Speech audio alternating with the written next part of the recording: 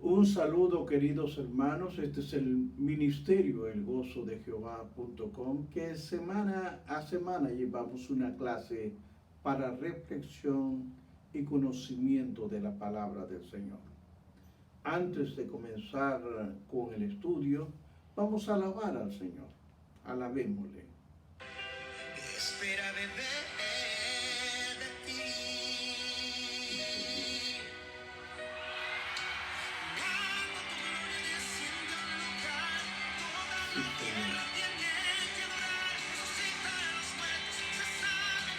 Sí, Señor.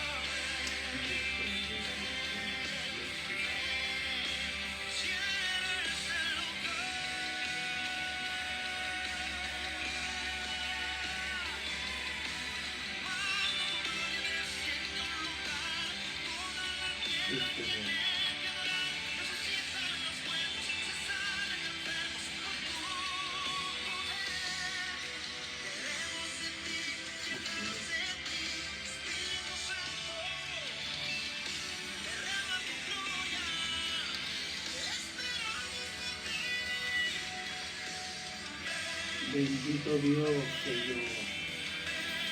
Bendito Dios. Ven, Señor.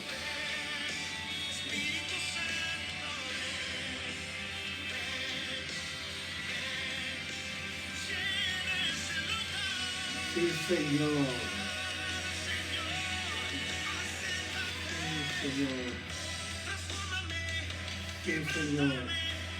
En el nombre de Jesús, Padre. Sí, Señor. Bendito eres, Padre de la gloria. Bendito, bendito es tu santo nombre. Vamos a leer la palabra en Segunda de Reyes, capítulo 14, versículo 25.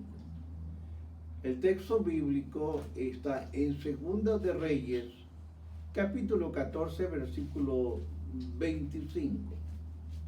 La palabra de Dios la leo a la gloria del Padre, del Hijo y del Espíritu Santo. Su santa palabra dice así: Él restauró los límites de Israel desde la entrada de Hamat hasta el mar de Araba, conforme a la palabra de Jehová, Dios de Israel, la cual él había hablado con su siervo Jonás, hijo de Amitai, profeta que fue de Gateer. Bendita es tu palabra, Señor. Permite que pueda discernirla para la gloria y honra de tu nombre. Amén. Queridos hermanos, hoy seguimos el estudio y voy a ver y estudiar sobre el profeta Jonás. En los estudios anteriores que hemos hecho, hemos estudiado los reinos de Israel. Obviamente el hombre fue que separó, no Dios, fue el hombre. Con la relación hemos estudiado de los reyes, de las naciones, pero ahora considero el ministerio principal de los profetas durante las épocas históricas de 400 años. La historia de Israel, de Judá, fueron afectadas por tres reinos principales. Tanto Israel como Judá fueron víctimas, entre comillas, por Asiria, por Babilonia y por Persia. Para recordar un poco la historia que hemos ya estudiado, Asiria conquistó Israel. Asiria derrotó a Israel, que su gobierno estaba en Samaria, ya lo hemos visto, y Babilonia conquistó a Judá 150 años después. Persia conquistó a los medos. Cuando Ciro, rey de Persia, atacó a su suegro Astiages, rey de Media. Luego los persas conquistaron nada menos que a Babilonia. En una noche en que Daniel interpretó la escritura de la pared. Vemos nosotros en el libro de Daniel capítulo 5 del 1 al 31. Ahora, hemos visto los reyes, hemos visto las naciones. Ahora vamos a ver los profetas por las eras históricas en la que vivieron y la manera en que hablaron a las naciones y a los reinos respectivamente. Comenzando a estudiar y analizar un poco los reinos divididos. Repito, Dios no dividió los reinos, sino que el hombre los dividió. Tanto eran los profetas que habían en la parte de Israel y profetas que habían en la parte de Judá. En la parte de Israel, que es la que vamos a empezar estudiando, habían 3 profetas: Jonás, Amos y Oseas. Estos eran 3 profetas de Israel. ¿Cuáles eran los 3 profetas de Judá? Vamos a decirlo porque vamos a estudiar todos ellos. En Judá era Joel, Isaías y Miqueas. Ahora, en reinos babilónicos. Cuando hablamos de los reinos babilónicos tenemos que dividir en 2 partes. Uno cuando era preexilio y el otro era con el exilio. En el tiempo de los profetas de preexilio estaban Nahum, Sofonías, Habacuc, Abdías y Jeremías. Mientras que en el exilio, en el reino de Babilonia, estaba Ezequías y Daniel. Obviamente vamos a ver también el reino de Persa, que eso es después del exilio. Está Ageo, Zacarías y Malaquías. Esos 3. Vamos a comenzar viendo con Jonás. Jonás predicó, oiga bien, en 2 naciones diferentes. Jonás predicó en Israel y en Asiria. Con respecto a Israel, la Biblia revela solo que Jonás habló palabra de Dios durante el reino de Jeroboam II. Ya sabemos, cuando hablamos de Jeroboam II, nos estamos refiriendo a Israel, que estaba gobernando en Samaria. Sin embargo, Jonás predijo las victorias militares que se cumplirían bajo este rey, Jeroboam II. El libro de Jonás, obviamente, luego nos describe el ministerio de este profeta de la nación asiria. Vamos a observar un poco a su estudio en sí del autor. Debido a una falta de evidencia bíblica interna del escritor de Jonás, muchos eruditos conservadores creen que el autor es incierto. Otros difieren permanecer con la tradición, y la tradición es al propio Jonás como el autor de este libro. En cualquier caso, queridos hermanos, la mayoría de los eruditos está de acuerdo en que el autor y la fecha en que se escribió es Jonás, allá por el año 760 a.C. Vea su Biblia, Segunda de Reyes 14, del 23 al 25 nos dice: el año 15 de Amasías, hijo de Joás, rey de Judá, comenzó a reinar Jeroboam, hijo de Joás, sobre Israel, como les decía, en Samaria, y reinó 41 años. E hizo lo malo ante los ojos de Jehová, y no se apartó de todos los pecados de Jeroboam, hijo de Nabat. Él fue el que hizo pecar a Israel. Él restauró los límites de Israel desde la entrada de Hamat hasta el mar de Araba, conforme a la palabra de Jehová, Dios de Israel, la cual él había hablado por su siervo Jonás, hijo de Amitai, profeta que fue de Get Eter. Vamos a observar un poco de esto. Hablé de un poco de pequeño de lo que es la historia de introducción de este libro. Pero el profeta Jonás ministró durante el gobierno de Jeroboam II, que gobernaba en Israel.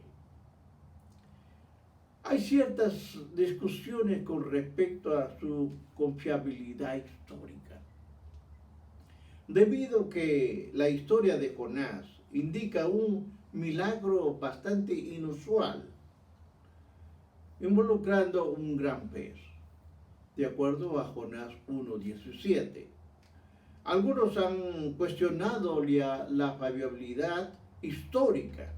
Sin embargo, los eruditos conservadores generalmente están de acuerdo en que el relato histórico es correcto. Dan énfasis en que el problema verdadero en sí, Dios realiza milagros. No sé si un gran pez puede tragarse a un ser humano. El problema real, la clave es que Jonás es la obra o es una ficción o es la biografía de un hombre. Hay dos problemas. Complican una pregunta. La primera pregunta cuestiona: ¿es posible que una persona sobreviva 3 días dentro de un gran pez? Es una pregunta que un lector se hace. Abundan los relatos de los marineros que pasaron por una dura experiencia a Jonás. Por eso no capta la idea el Dios que abrió al Mar Rojo para salvar a Moisés y a los israelitas. ¿Podía emplear un gran pez para salvar a este profeta? Hay preguntas, hermano. Si Dios abrió el Mar Rojo, Dios podía traer, y no como ciertos eruditos que dicen es una ficción. Aun cuando le hubiera sucedido a otro lo mismo, el problema real, en exceso de discusión por intérpretes, es si Dios obra milagros o no. Eso no es un problema de Jonás realmente, sino aquel que interpreta la Biblia. Este es el problema planteado por una filosofía de intérpretes. A Jonás lo llaman por primera vez, lo llama Dios. Ahora observe lo siguiente. De los 16 profetas mayores y menores, solo Jonás y Oseas, estos dos, apúntelo, Jonás y Oseas nacieron, se criaron en Israel. Todos los otros 14 no nacieron en Israel, no nacieron en otros lugares, lo vamos a ir viendo. Jonás era de Gat Eter, un pueblo pequeño de unos 5 kilómetros al noroeste de Nazaret, cerca de Galilea, perteneciente a Galilea, de acuerdo a 2 de Reyes 14:25. A algún punto quiero ver aquí Dios dio instrucciones a Jonás para que fuera a Nínive, la capital asiria. Nosotros sabemos que Asiria derrotó a Israel, pero Dios quería mandarlo a Nínive. ¿Para qué? Para que se arrepintiera Nínive de sus pecados. Nínive estaba aproximadamente a unas 500 millas de distancia donde estaba, o aproximadamente unos 800 kilómetros. Esa era la distancia. Al noroeste de la ciudad natal de Jonás. Sus ruinas todavía se pueden ver ahora, queridos hermanos. Se pueden ver hoy día. El río Tigres y la ciudad de Mosul, lo que hoy conocemos como Irak, está todavía ahí. Y era Nínive una ciudad grande en extremo, de 3 días de camino. Cuando usted ve el libro de Jonás 3:3, le explica. Vivían aproximadamente a unos 120,000 personas, de acuerdo al libro de Jonás 4:11. Sin embargo, Jonás luchó contra las instrucciones de Dios. Intentó huir de la responsabilidad de Dios. Le había dado viajando precisamente en la dirección contraria. Él tenía que ir a un punto y él no quiso ir ahí, sino se volvió al lado opuesto. Cerca y a la dirección opuesta, cerca de España, a unos 4,000 kilómetros de distancia, al oeste de Palestina. Jonás estaba alejado lo más posible de Nínive. No quería saber de Nínive. Aunque a menudo lo criticamos. Jonás por haber intentado huir neciamente. Y a los niños se les cuenta la historia de Jonás, de las instrucciones que Dios le dio y todo lo demás. Pero no se sabe un poco el trasfondo, lo voy a explicar.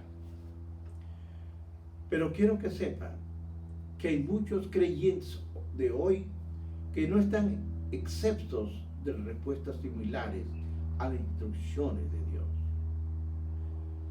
En cuanto a Jonás, él desobedeció verdaderamente a Dios, probablemente por una variedad de problemas. Puede ser que tenga muchas razones porque él no quería ir. Pero en primer lugar entienda usted lo siguiente. Jonás detestaba, oiga bien, detestaba a los asirios. ¿Pero por qué? Porque los asirios rendían cultos a ídolos, que era una violación al mandato de Dios y eran enemigos de Israel. Esa era la razón principal porque Jonás no quería obedecer a Dios. No lo tienen buena estima. Son creyentes de ídolos.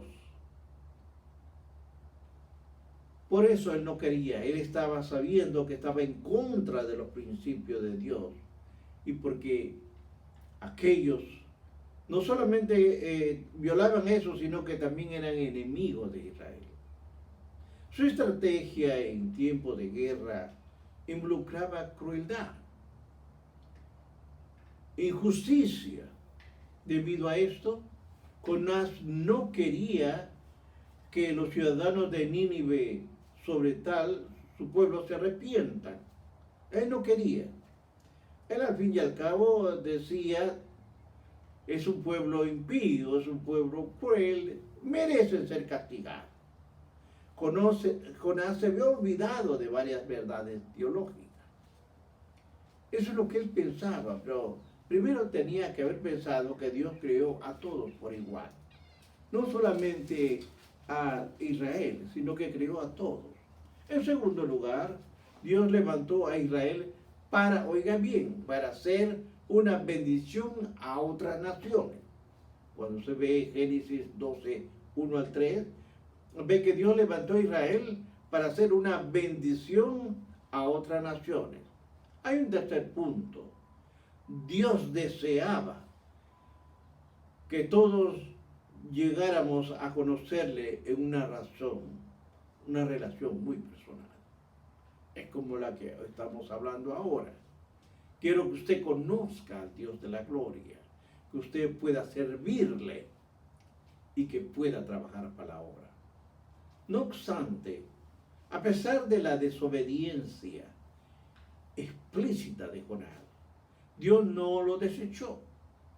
En cambio, Dios expresó su gran amor a través de esta disciplina. Provino una tormenta violenta, se levantó y bombardeó el navío en que estaba Jonás.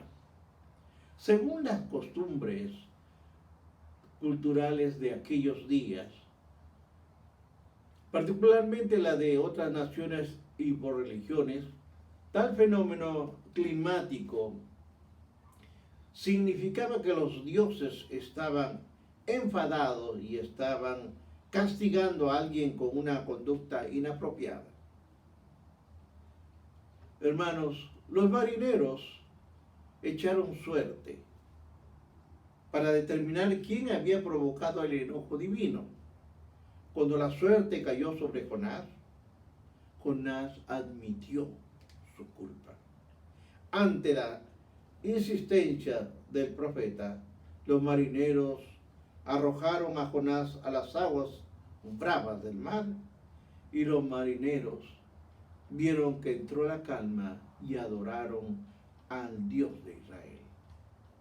Entre tanto, queridos hermanos, Dios envió un gran pez que se tragó a Jonás, rescatándolo de una muerte, de acuerdo a Jonás 1:17.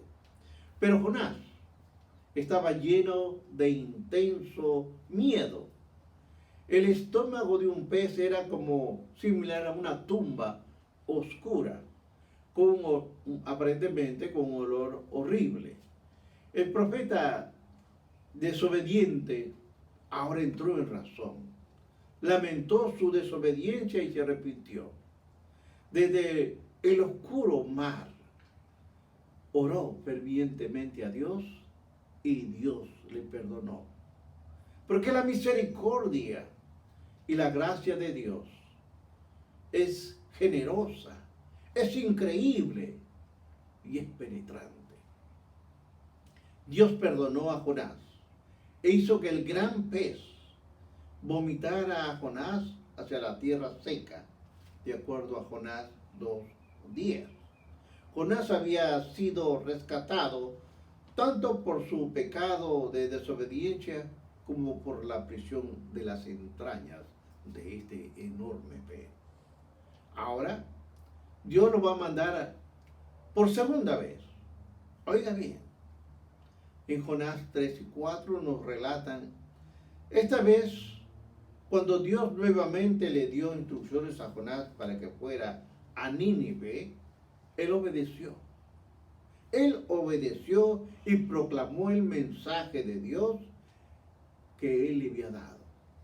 Esta vez sí fue. La grave profecía de Dios a través de Jonás causó que el pueblo de Nínive se arrepintiera y se volviera todos a los caminos de Dios. Como resultado, Dios se arrepintió del mal que había dicho que les haría y no lo hizo. Ahora, Jonás respondió a este acontecimiento con enojo. Esto era lo mismo que él había tenido desde el principio. ¿Por qué debe Dios extender misericordia semejante a un pueblo impío? ¿Por qué? La misericordia era lo último que Jonás deseaba para la ciudad de Nínive. Quería que Dios lo golpeara duramente a los asirios. Al fin y al cabo eran sus enemigos. Con juicio, con una conducta, por su conducta pecadora a pesar de las faltas del profeta, el Señor fue paciente y misericordioso con él, tal como fue paciente y misericordioso con Nínive. Pero hay unas implicaciones en esta historia. Y comienzo con una pregunta. ¿Cambia Dios de parecer? En los problemas teológicos provienen del libro de Jonás. La pregunta mayor es si Dios cambia o no de parecer. En base a Jonás 4:2 y otros varios textos del Antiguo Testamento, algunos afirman que Dios de hecho apacigua, que Él cambia de parecer. Algunos llegan al punto de afirmar que Dios invierte sus decisiones como resultado de nuestras oraciones. Quizás considerando que la oración solo es efectiva en la medida en que haga cambiar la intención de Dios. Sin embargo, estas creencias no son apoyadas por las Escrituras. Otros textos bíblicos indican claramente que Dios no cambia de parecer. Si nosotros vemos el número 23:19 de nuestra Biblia, declara: Dios no es ¿qué? No es hombre para que mienta, ni hijo de hombre para que se arrepienta.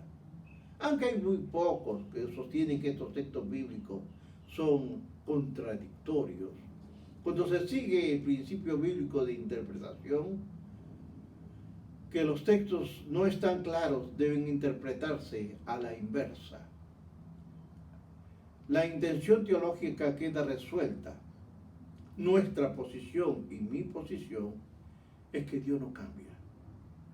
Dios no cambia. El mismo número 23:19 lo menciona varias veces.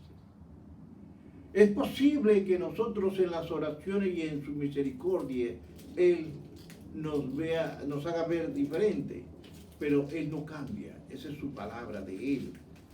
Es su palabra de Él. Ahora, querido hermano, el segundo problema teológico involucra el tema de misionero del libro. Dios tenía un propósito misionero a su llamado de Jonás. Es decir, Él lo llamó a Jonás a una tarea misionera, pero también a una tarea específica y a una ubicación específica. Aunque inicialmente Jonás resistió el llamado, terminó quejándose de la respuesta positiva de Nínive. De todas maneras, Dios logró su propósito para misioneros. La historia termina con una pregunta que queda sin contestar. Al presentarle el narrador, nos pone a todos en apuros. Sí, porque hay una pregunta que realmente nos pone en apuros. Sentimos solo compasión para aquellos que nos caen bien. Es una pregunta. ¿Nosotros vamos a donde nosotros queremos que vamos a ser recibidos? ¿O es donde Dios nos manda? Concluyo, hermanos. El libro entero, particularmente el capítulo 4 de Jonás, afirma que el cuidado, preocupación y misericordia de Dios por todo el mundo, su propósito sigue siendo el mismo hoy. Así como en el tiempo de Jonás mandó a Nínive a Jonás, así hoy nos manda a nosotros a diferentes lugares. Hay quienes van y hay quienes no van. Pero eso es lo que el Señor nos mandó. Y que hay que entender que es el único camino que el Señor nos ha dado a nosotros. El amor de Dios por la humanidad va más allá de su propio pueblo, a las personas perdidas, aquellas que no conocen a Cristo. Para eso mandó a Jesucristo, a morir por todas las personas. Jesús, y nos envía también a nosotros, hermanos, ir por todo el mundo y predicar el Evangelio. Porque Cristo no vino para un grupo, vino por el mundo y para el mundo. Busquemos siempre tratar de entender y no filosofar la palabra del Señor, porque ahí está el peligro. Siga la palabra de Dios, porque es palabra de Dios y Él la estableció. Dios lo bendiga, hermanos. Padre, en el nombre de Jesús, bendice a mis hermanos que han visto y los que van a ver. Bendícelos, Padre.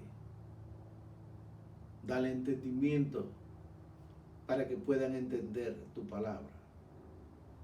Cuando tú comisionas a alguien, como a mí que me pusiste a trabajar, tengo que hacerlo porque es mi responsabilidad contigo.